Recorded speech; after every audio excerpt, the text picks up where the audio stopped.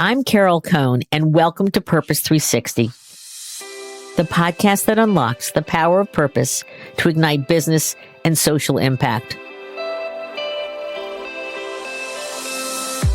Today's conversation is a deep dive into the social impact of a B2B company, GAF.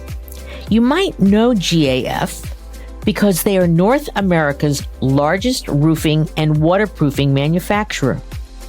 They've protected homes, businesses, families, and communities for over 130 years. Through its innovative and customer-driven solutions, GAF's company purpose: protect what matters most. Andy Hilton, their Chief Communications Officer and Chief CSR Officer, is joining me today to talk about the company's purpose and how he and his team developed their social impact initiatives to tie in beautifully and to authentically grow from what the company does so well. It protects what matters most. We're going to get into a discussion about how do you find perfect partners? Well, not perfect partners, but the best partners. How do you manage the relationship to make sure it's not check writing, but it's true engagement? How do you bring resiliency to life, which is so much a part of what roofing is about? Resiliency in workforces, resiliency in structures, resiliency in families. And how do you address, which is such a problem that we hear with our clients, how do I take my purpose and bring it down to the manufacturing floor? Well, GAF has over 30 plants in over 26 communities in the United States, and having an engaged employee population in an authentic way is absolutely critical to their business. So join me for this highly insightful conversation with a dear friend, Andy Hilton. You're going to learn a lot. So let's get started.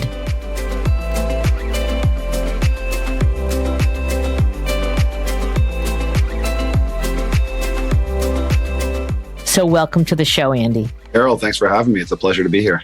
One of the reasons I'm so delighted is that Andy and I, in our careers, have had the wonderful opportunity to work together twice. And we worked with on Xylem and on an amazing global water project. And then I love the fact that when Andy went to GAF, that he was there a couple weeks, maybe a month, and he rang me up. And he said, hey, I really want to talk to you about doing some very special work together. And we did for, I think about a couple years. And so today he's going to really share with us the company's purpose, how it ties into their social purpose, the kind of work that they are doing truly on the ground and making a tremendous difference. And this is a company, first of all, that a quarter of the country has a GAF roof. And I know that when I had to do my roof on my house in Cape Cod, I had timberline shingles, and they were from GAF. So let's just start. Andy, who is GAF? Well, Carol, first of all, thanks for having me. Thanks for being a great partner over the years, and thank you also for being a customer of GAF's. All of those are very important to me. There you go. So GAF, we're the North America's largest roofing manufacturer. So we sell roofing material for both commercial and residential roofs. And so, as you mentioned, we're one in four roofs in America are covered by GAF products, and we're really proud of that. We take that responsibility to cover and provide shelter and for American families very seriously. And as you said, it feeds it directly into our work around our brand promise and our social purpose too. So grateful to be here, and thanks for the opportunity to share our story. So let's just talk a little bit about Andy Hilton. So you've had a really storied career, great career with great companies, truly helping them to live their values in action. So just talk a little bit about your history and why is this important to you personally? And then why is it important to business today to truly live their purpose, live their values? Yeah, I've had a very fortunate to have a really wonderful career in the communications and in the now in the social impact profession. I started my career in agency life. Came across Carol and your agencies and many different iterations over the years through my time with both Ketchum and Peppercom. But then I found my way to ITT, and that's where we first met. And ITT, which later became Xylem, following a spinoff, was an organization that was at an inflection point when I joined in terms of trying to define what its purpose was, right? What its brand promise was. And under the leadership of a mutual friend, Tom Martin, we landed in a place on an idea, which at the time we called "Engineered for Life." It's still the tagline and the promise of ITT today. And that's really where we started thinking about our social impact programs around that central idea, and how can we bring that idea of engineered for life, to life through social impact programs. And Tom retired, and then Angela Bonacore came in, and that's where you and I got to work together. I was in the backseat at the time in Angela's car, and I think you were riding shotgun with her as we built out the Watermark program initially. And then when ITT spun off into 3 separate independent public companies, I had the great fortune of staying with Xylem, which was the water business, and naturally, given the focus of the Watermark program on the water on water issues, the Watermark program, the social impact program, came with Xylem, and it was at that point where that program and that experience really taught me a tremendous amount about how a great focused, strategic social impact program that's born from an organization's kind of brand promise, from its core values, what it can do in terms of helping an organization connect with stakeholders, connect with employees, connect with customers, and in so many unique and meaningful ways. And so I had the great privilege of seeing that program develop under Angela's leadership and with your great support and your team's great support. And so, when I had the opportunity to go to GA, I joined GAF. I was finding GAF was in a similar spot that ITT was, in terms of it was in a transformative state. Really thinking about what this very successful business and how is it going to continue to stay relevant and grow in the future. And it was a very introspective moment. And this is only 4 years ago. And so there's a number of great new leaders coming into GAF at the same time, who collectively sat back and looked at what is the promise of this organization, what does make us unique, and that's what led us to the brand promise of GAF, which is to protect what matters most. And so, when the organization landed on that idea as the anchor for everything we stand for, it brought me right back to those days at ITT, and I said to myself, this is the perfect time to really think about how we bring that story to life through a high impact social impact program. So that's what kind of brought us to the doorstep of our conversation today. And so why is it important? Now, you're talking 4 years ago when we started talking about this for GAF. Why have you seen it to become more important for companies today truly to stand for something beyond the bottom line and to find the very authentic alignment with their business and society? It's a great question. I don't know that it's any more important today. I just think that there's a greater awareness to the value that it can create. It's always been important. I have to believe it's always been important. We try to think about people in kind of generational buckets and say things are more or less important to them at any given time. And I believe that to an extent, but not but not entirely. I think these things, people have always wanted to feel connected to something bigger than themselves. I think it's an idea as old as time. The fact that we brought that into the zeitgeist of how we run businesses and how we make decisions. I think that is certainly changed over the last 2 decades, and so we are in a different time from that perspective. But I think the core notions, right, the core tenets of purpose are just as relevant today as they were 100 years ago. That's a really good point. So protect what matters most is your corporate brand. It's your essence.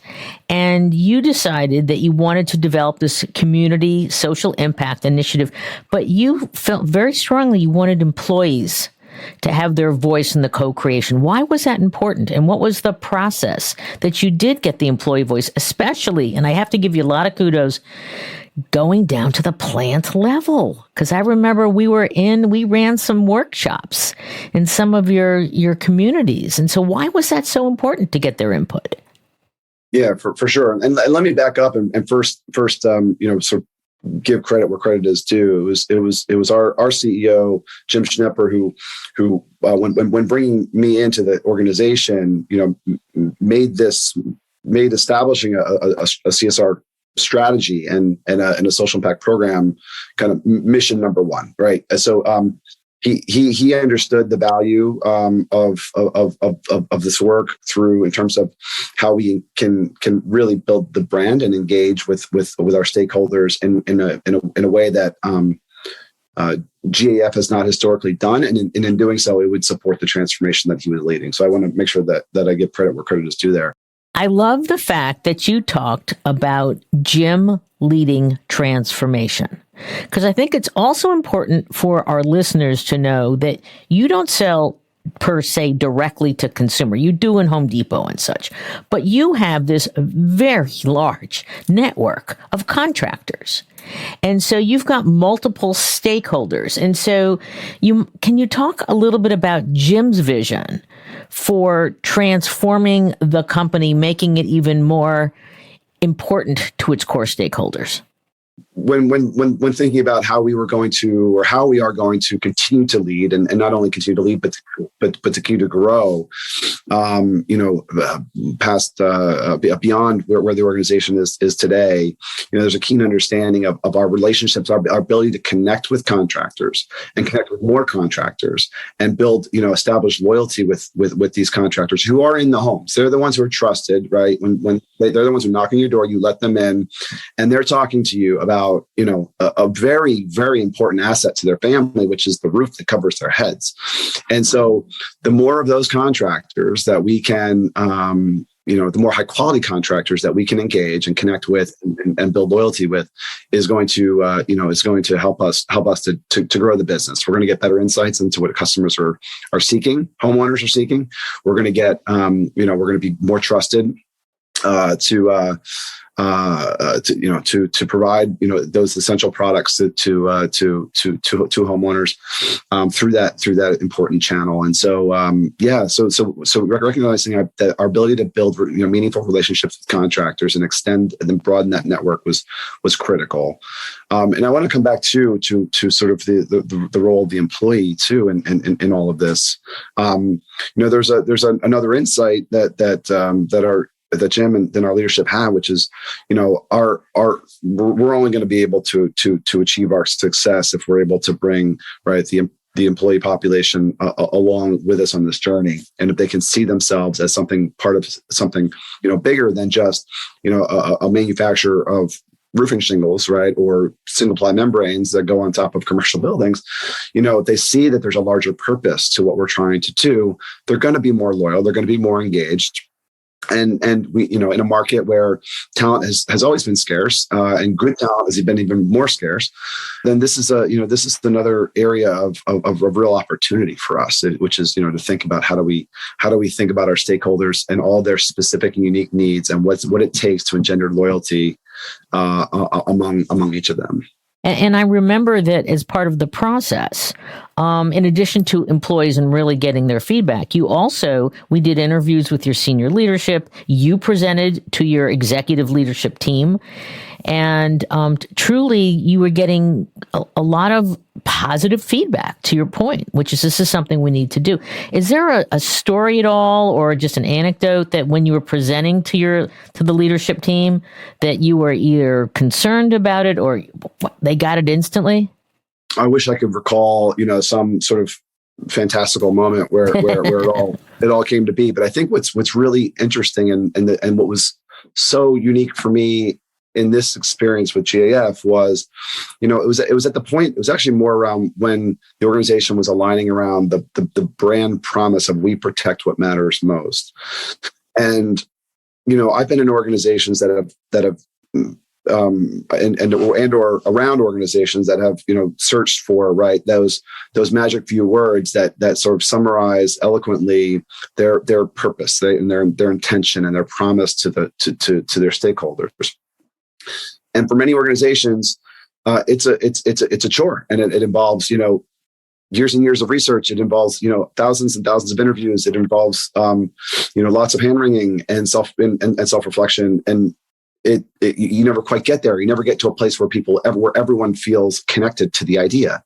We were very fortunate because, again, I think the nature of the products that we make and what we do for families and businesses made it when we landed on that idea, we protect what matters most. And again, not my idea, but when the organization got there, everyone instantly aligned to the notion. They could see themselves, they could see what we do, not only for homeowners and from a product perspective, but for contractors, right? Our contractors, everything that we do for contractors is about what matters most to them, which is their reputation, right? Our programs and our services, out in the field to help them build their reputation, the backs of great products, by giving them the tools to succeed in the home. When we think about our communities, right? What matters most in our communities, and we are present in nearly 30 communities across the country manufacturing our products. In each of those communities, what matters most is something different. It's not the same thing for them. So really understanding what it is that we invested in getting to know what our community needed, and we'll get maybe into some of those examples a little bit later in this conversation. So it was when we landed on that idea, everything else clicked. Once we landed on that idea, then we said, okay, well, how do we bring this to life? It was easy through the programs that we were already running for our customers, through the products that we were already making. It check. How do we deliver that in our communities? Right. That's where the notion of community matters and in our social impact program, where that when we were presenting that and sharing that, similar to I think that the notion of we protect what matters most was just something so obvious to people once they heard it. I think community matters as an outgrowth or as a complement, as a way to bring that story to life. It was obvious at the time that we presented it because it made so much sense. It seems obvious, but I just want to make this statement for our listeners. You could say, GAF, we sell shingles, right? And when we went to the roofing show and, your booth stood out just, miles apart from anybody else, because it wasn't we sell shingles. It's we protect what matters most.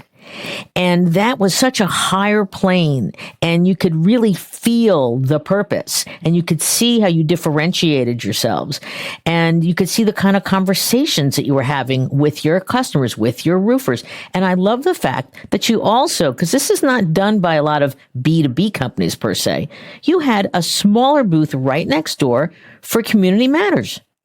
And you had your CSR team there, and they were talking to roofers, they were talking to contractors, and that you were from the very beginning of Community Matters. You were integrating it in to the rest of your core purpose. And so, and I loved going to that show. I thought that was great. I had wonderful conversations. So let's just talk about the elements of Community Matters, because you focus on disaster resiliency, helping neighbors, and building community. So how did you choose those three pillars?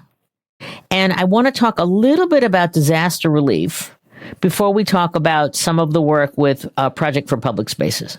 So with respect to, the pillars of Community Matters, our program started from a point of view that resilient communities are sustainable communities, right? We need to be able to build. We wanted to be part of the solution with respect to building resilience in our communities, those communities where we work, the communities that we serve.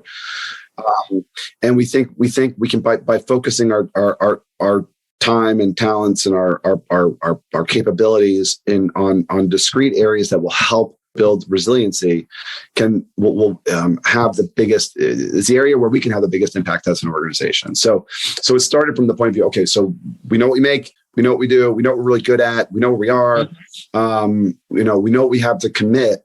How do we package that together to maximize the impact? And so that was the sort of the, at the center of Community Matters. We started as you just described, working in three kind of discrete areas: building community, helping neighbors, and disaster response. We've broadened that a little bit, even or refined that even more recently to really focus in on this notion of resiliency. If a strong, productive, available workforce, healthy, strong, engaged families, and strong infrastructure, buildings and homes that can protect that community, your community. We think those are foundational areas for building resilience, and we think that those are the areas where GAF as an entity can have the biggest impact. That's great, because I haven't heard about that. So talk to me about how you went from the physical actions. So I remember that there was Hurricane Florence, and that you had a plant in Burgaw, North Carolina, and it was flooded like crazy. And you had so many employees there, and you immediately went down, and Jim Schnepper was there, and you were there, and you were really trying to help everybody. So that was disaster response, absolutely extraordinary.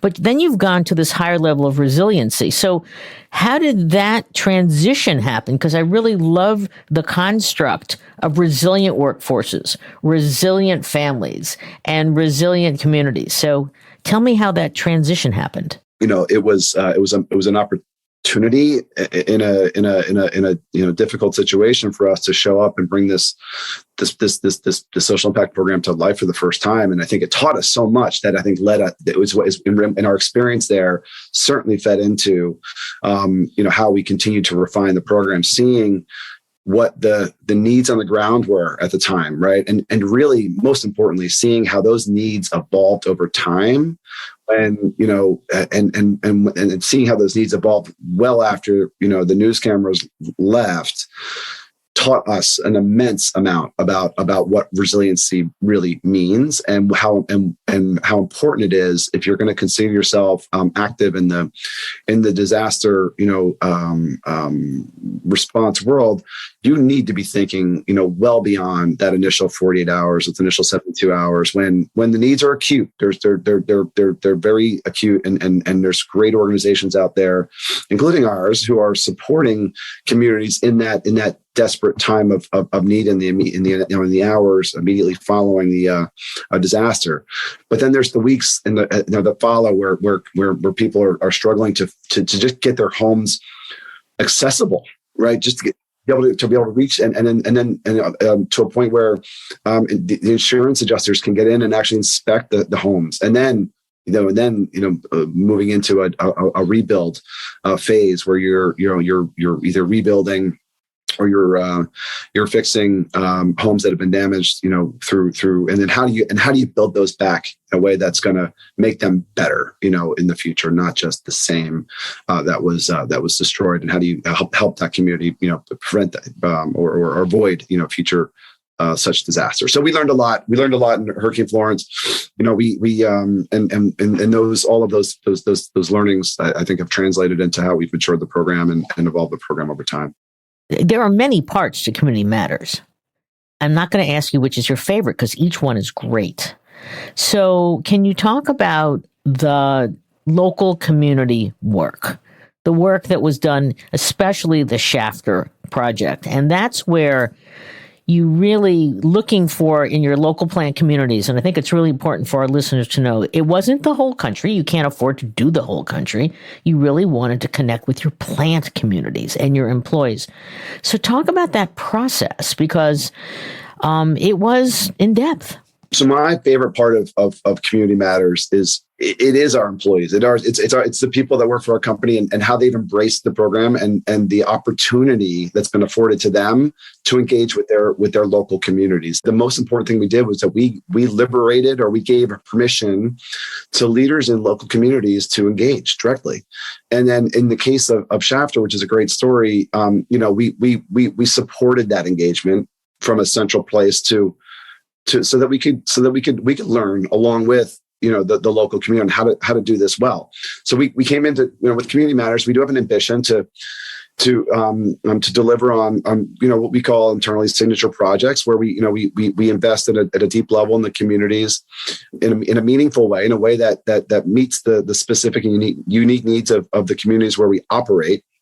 And we do it, entirely through an approach, a co-creation approach, and it's a model that was introduced to us through you and through a fantastic nonprofit, placemaking nonprofit based out of New York City, that has done community engagement based place creation for many years, and so in Shafter, California, where we have two plants, we make glass mat, which is a core, the core of the laminate shingle, and then we have a shingle manufacturing plant also in Shafter. We've been there for many years, but we haven't been as connected to the community in an intentional way, in a way that in a visible way, for the many decades we were there before a couple of years ago, and really what the placemaking and what the approach did was it took multiple steps to getting at the right project at the right time, and engaging the right people to deliver on it so that it would have sustained impact in Shafter. And so it started with basically introducing, GAF to the local business and nonprofit and community organizations to say, listen, we've been here a long time. We are essential, part of the fabric of this community. We want to be present in a more visible, meaningful way. And so, we're here to listen and try to figure out where we as an organization can have the biggest impact. And so we had and you were with us on that. We had a listening tour. But in that process, what was when I look back on it, what was fascinating and amazing is that was really also an opportunity for GAF to introduce itself, right? Absolutely. To really important, influential people in the community. And so we listened, and then that led us we also sat down with our employees in the plant, right? And we said, and we asked them, like, what was important to them? What did they think that the community needed? Where do they think that GAF as an entity could step up and make a big difference? And then that ultimately led us to the Shafter Learning Center, and a great team there, led by a gentleman named David Franz, who's the director of the facility. And they had an ambition to grow their capabilities and their services to the Shafter community. Shafter is a very a significant ESL population. English is a second language population. The Learning Center provides additional educational opportunities for ESL families and others, to really help advance the educational goals of the broader Shafter community. And but their space was limited. They were operating they were providing all this training out of a very small community library. And, being California, we saw an opportunity to use a lot of the space, sort of inside and outside of the facility to enhance the capabilities and the services. We've identified an acute need for the community. How do we envision the space? How do we create the space? And that was where Project for Public Spaces comes in, and they helped us design some community engagement activities where we brought the citizens, the residents of Shafter, together for a celebration on one hand, to say, hey, we're here. We want to make this facility great, and we want your input into what this looks like in the future. And we did a lot of co-creation, gathering their ideas, their insights. What did they want to see out of this space, out of this place? Let me just talk about that event, and I think it's like deeper listening. I mean, why Project for Public Spaces was just a great partner for you. And just to reel it back a bit, we looked at we did this community tour, very small community, but you looked at they had a building, right? Which was the major building where they had all their meetings, and it desperately needed to be repaired, right?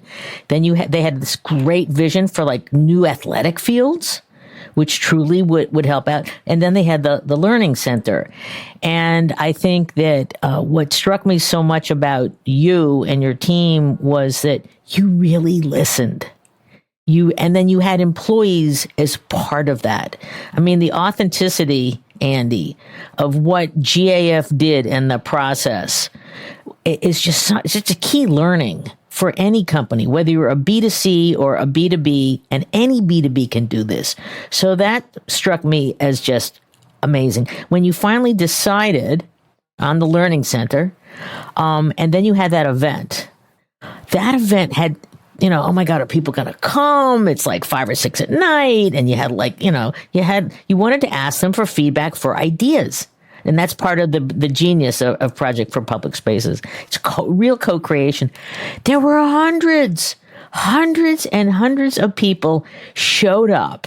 And there was music and there was food. And then there was, the kids could draw certain things.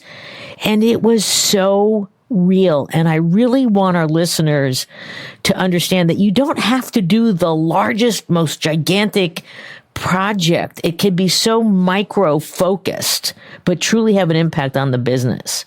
And so I just wanted to share that because you're going to, and then COVID hit. Yeah, then COVID hit. So let's just talk a little bit about that, because you were ready to build. I think you had plans, and then COVID hit. So what did you do to deal with that? And you're about to finally unveil it, but you had to wait 2 years. Yeah, I think it was February of 2020 when our friend David Franz and myself were in front of the Shafter City Council presenting the plans, the blueprints, and then of course March 2020 happens, and then the rest is history. But yeah, so we did have to shelve. We had to shelve the project for some time. There was obviously the early stages of the pandemic. We all know what that meant in terms of lockdowns and uncertainty. And then the roofing industry, our business, kept going and going and going throughout the pandemic. And it was everything to keep our operations running. So we had to kind of slow things down a little bit, but without ever, forgetting our commitment, to finish this project. And so we went, we put the shovel on the ground about five or 6 months ago, to put some of the key infrastructure pieces into place, and starting at the end in the middle of March, we're going to be having one more round of volunteer days where we'll be laying down some really fun GAF pavement coatings to right. To put the final touches on the place and make it a wonderful, safe, just a fun place for kids and their families to come and learn. And so we'll be cutting a ribbon here shortly. And so that, again, another community moment where we get to participate, which is tremendously rewarding. And then I think what's really exciting about this particular project is that it doesn't end there, right? Because we'll be engaged and partnered with the Learning Center over time to bring programming into this facility and into this space. So we're invested in the long term in this particular project. And to your point, it's not the biggest project in the world, but we think it's as meaningful as anything we could have done in this particular community, and it's the satisfaction that our team, not my team, but I mean the GAF team broadly, got out of being a part of it, I think is truly immense and rewarding. And you said it well. It's the authenticity of the project, right? It's the fact that there wasn't a blueprint. We didn't come in with the box that we were going to install in the middle of the city. It was about what's the real need and how do we co-create it with the community that we're trying to serve. I'll take that insight to every project that I do, from here to the end of time. So I think it was an instrumental learning in what we did. It's truly your values in action. It is. And, I know that there were some pre-events, working with your employees, and they were so excited. It was so different than anything that they did on their jobs. So we're going to add some links to Shafter and the visuals in our show notes so that people can take a look at that. And I'm glad you're going to add more programming and such. So COVID hit. How did you make sure that after 2 years that it was going to happen? It wasn't a decision. We'd committed to getting it done, and it wasn't a matter of if. It was just a matter of when. And frankly, it wasn't just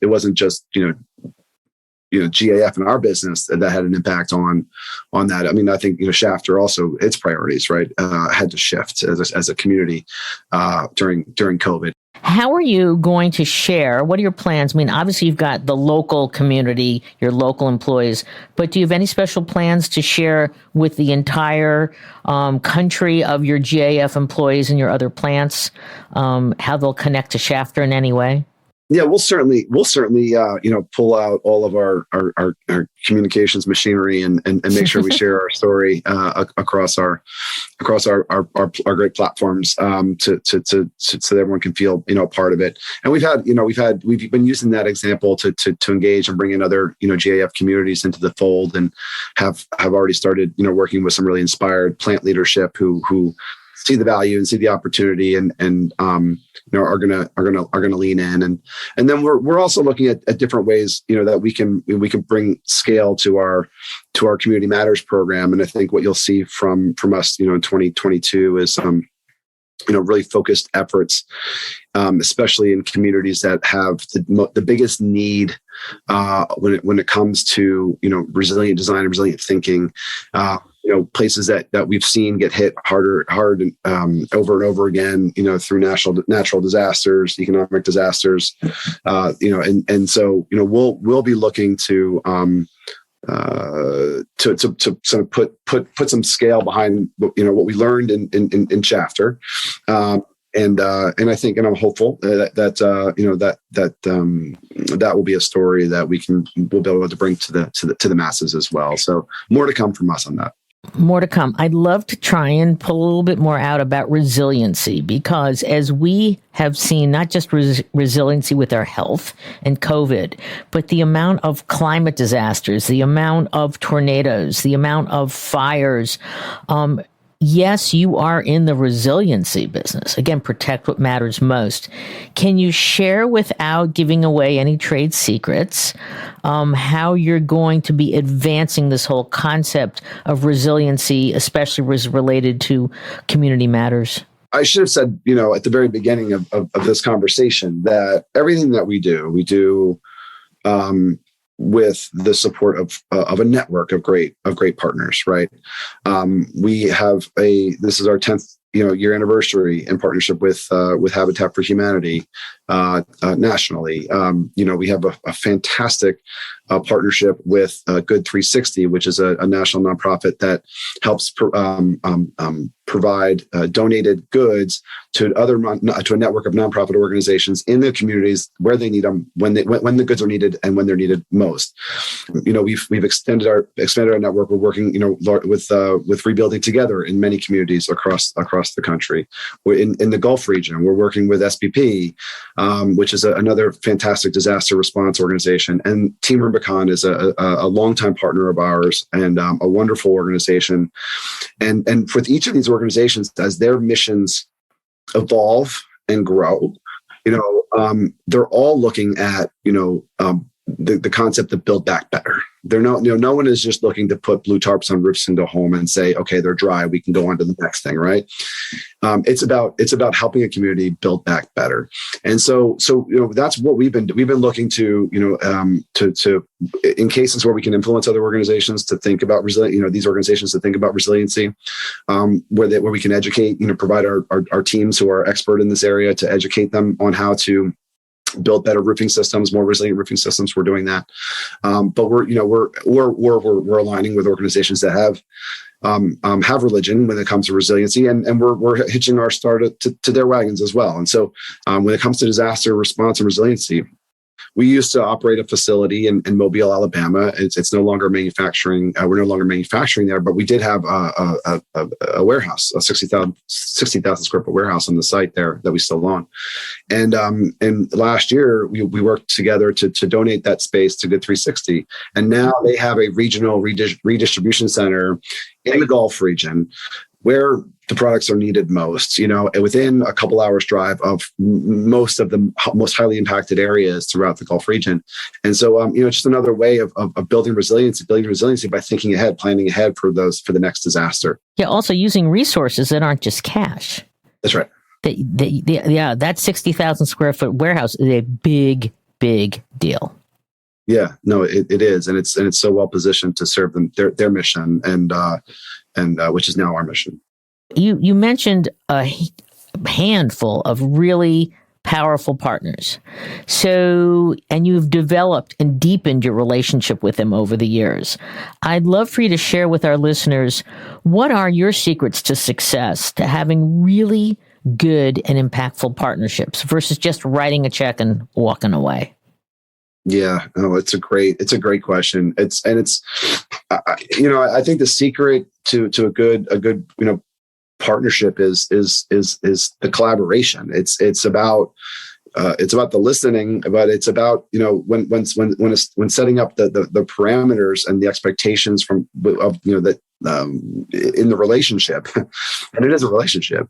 When you're setting it up, make sure that your partners know that you expect to be part of a conversation, not just called upon when a check needs to be written. And so that's where we've had such great partnerships, again, that have lasted now, more than a decade in the Habitat example, where it's about how do we collaborate to design programs? How do we collaborate to think about where our participation can have the biggest impact, and make that part of the expectations up front, that you're going to be that you're buying into a partnership, not into a you're not just interested in getting the logo for your website. There you go. That's really cool. We unfortunately are getting down to the end of this great conversation, but I always like to ask, what do you know? What have you learned now that you didn't know 4 or 5 or 6 years ago, that, you would have said, hey, to my younger self, hey, younger self, you should have this sort of wisdom to make the community matters, to make your values coming to life, to make your social impact work even more impactful? I think in the beginning, I think that I thought we had to have all of the answers up from the start. Good one. We had, and I realized very quickly, and I think this conversation alluded to it, at multiple points, Carol. I think being able to just getting comfortable with getting out of the starting gates, right? Mm-hmm. And starting to put points on the board for the communities that you're trying to serve, and then evolve and grow and shape from there. Let the experience guide you. Don't feel like you have to have a blueprint for success from day one, because that's not realistic, and it's not going to get you to the best outcome. That's a great insight. Regarding your senior executives, your senior team, that you've got, whether it's a chief information officer, it could be a supply chain officer, it can be commercial officer. How have you seen their knowledge and leaning into community engagement change over time? Because I remember we did our interviews and Jim got it, but some of his other colleagues were like, I don't know yet. So what if you see how the light bulb went off for them? Yeah, I would challenge the notion that there was reluctance among any of them. We have a great leadership team, to be honest, and they've all, I think, got it from a very early stage that this program could have, and no matter where they sat in the organization, whether their stakeholders were people, our people or our customers or our vendors and suppliers, they they've all embraced and been very supportive, very very early on. But I think the most meaningful and the most obvious place where leaders have been able to engage and see the real value is when they see their teams connecting and engaging and participating. And so we've had volunteerism is a big part of everything that we do, employee volunteerism, and so that's been a great place to get all of our leaders directly involved. And it's also those volunteer opportunities that we're able to facilitate for our employees. Those are great opportunities to sort of share more about the mission of Community Matters more broadly. And then it just, so it compounds on itself, right? And it brings people into the programs in different ways. And then then ultimately, now you're creating networks of people who are committed not only to the volunteer days, but when disaster strikes and we're trying to come up with a creative solution for a community, you've got great supply chain partners who are like, oh, I know how we can get, what you need to this community on this date using this truck from this location and this person to load it. And then blah, blah, blah, blah, blah. You start to really create deeper levels of engagement in what we're trying to do. And the coolest thing about our jobs is I think when you feel like you've reached a certain level of success when you basically turn the keys over to the employees, right? I mean, it's not about anything that we're doing. It's about what how the employees are engaging and connecting and making it all happen. That's I love that vision, turning the keys over to them and trusting them and letting them just do it. We have so many of our clients who say, I don't know how to get our purpose down to the manufacturing floor. You've got is it 26 plants? 30 plants in 26 locations. Yeah. So you've got a lot, and you got a lot of people in manufacturing. How do you, besides we know what you did in Shafter, you had some meetings, you brought them in, but how about any other things that you do to bring this down to localize in local communities, whether it's a habitat house or disaster relief or such? I'd be lying if I said it's not the constant challenge, right? It is the constant challenge in this work when you're in a manufacturing environment with a large hourly employee population. And so, it's a consistent, effort to come up with new and different ideas. However, I think the best starting place for us, in addition to the direct engagement that you described, when we're talking about specific projects that we're trying to execute, but at a broader, more scalable level, programs like company match and volunteer time off I think are essential to starting the conversation with the distributed hourly workforce. And for us, it's about providing opportunity and having the organization stand behind our employees, wishing to support organizations that matter to them, right? It's not about it's not about the organizations that matter to our program and the partners that we talked about earlier.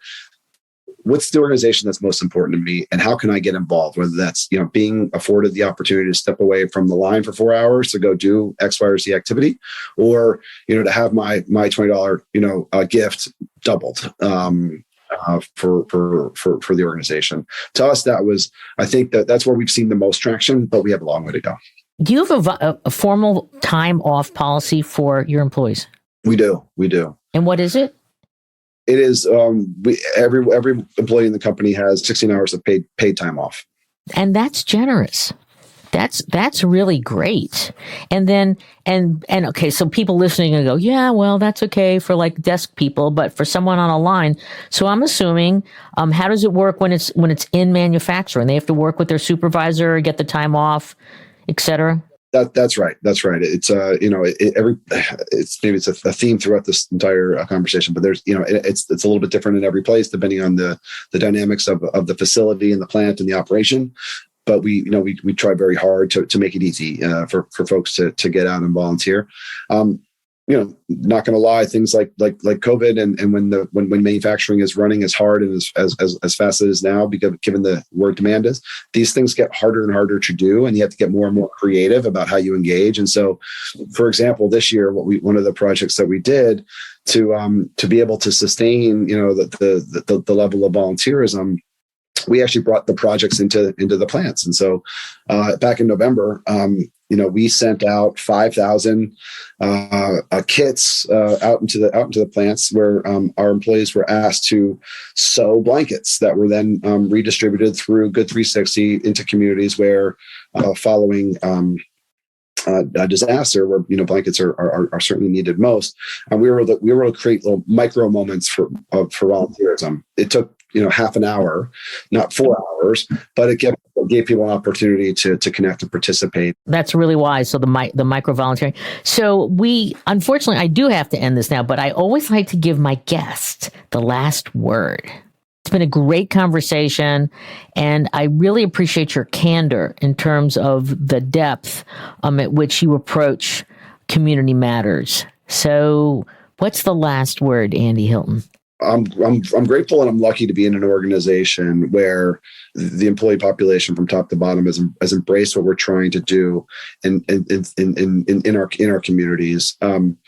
It doesn't take a lot to get the ball rolling in this space, and if you get it pointed in the right direction, the impact and the scale can be tremendous. Not only rewarding to the team that's sort of helping to get that ball rolling down the hill, but to everyone who kind of gets swept up in it as it careens down and is making an impact every day and in every community where we operate. I'm grateful that to have the opportunity that I have to be part of this team, and I'm glad to be able to share some of what we've learned with your listeners today, and grateful, Carol, again for our long partnership to get together, and the opportunity to speak with you today has been fabulous. A lot of fun. Well, I appreciate it, Andy, and being part of it. So being on the ground with you and the authenticity again, that to me today is so important, because companies are being called out left and right for doing disingenuous things. And GAF is truly a great story that people just don't know enough about, and about your, storied career in terms of helping organizations to truly get in touch with their values and to truly put them into action. I can't wait to hear about the big Shafter unveiling, because I know it's happening soon. And we, again, will share some of those links with our listeners. And I just want to end with a couple points for our listeners, which is, if you've liked what you hear, and I hope you do, please go to where you listen, iTunes or other places, Spotify, and please give us 5 stars so we can rise in the pantheon of business podcasts. The other thing is that we just released our Purpose 360 second edition ebook. So it is a really quick, bite-sizable, it's 25 podcasts with direct links. It's really easy. Go download it, share it with your colleagues, because we need everybody to be like Andy Hilton. We want them to be thoughtful. We want them to be strategic, and to truly know how you build up and through and down in terms of community impact. And then when you do that and you create a community matters from the master purpose of a company, protect what matters, you will have a powerful answer to my question: what is the power of your purpose? Thank you so much, Andy, for being on the show, and good luck with all the additional work that you're doing, because it's really, really important. Thank you, Carol, and thank you for the opportunity to share today. It's been fantastic.